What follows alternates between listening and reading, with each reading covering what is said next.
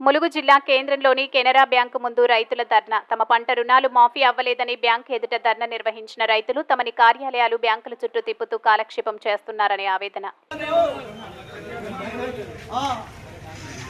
Umar office పోతాను ఇక్కడ అన్నారు యాడికి పోతా మళ్ళీ ఇక్కడికి